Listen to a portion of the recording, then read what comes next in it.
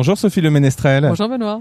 Sur le marché, aujourd'hui devant nous, il y a des courgettes. Au niveau nutritionnel, c'est notre ami la courgette? Ah clairement, c'est notre ami parce qu'il y a très peu de calories et ensuite c'est très riche en fibres. En fait, il y a plusieurs variétés. Absolument. Vous avez en fait des grandes courgettes vertes, vous avez des courgettes longues jaunes et vous avez la petite ronde de Nice. Bonjour monsieur le primeur. Bonjour monsieur. Comment on choisit une bonne courgette?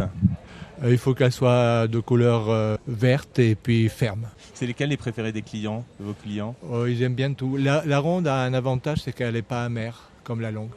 Donc on peut la manger de nature. S'il fallait choisir entre la ronde et la longue, quel est votre choix? Moi je vous conseille la ronde parce qu'elle n'est pas amère et que si vous avez des enfants, vous serez très contente de leur faire déguster des courgettes et ils ne se plaindront pas de manger encore des légumes.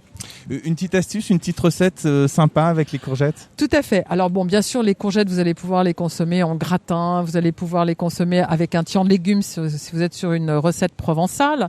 Mais là, moi, je vais vous donner une recette qui part d'un petit peu loin, c'est le Maroc.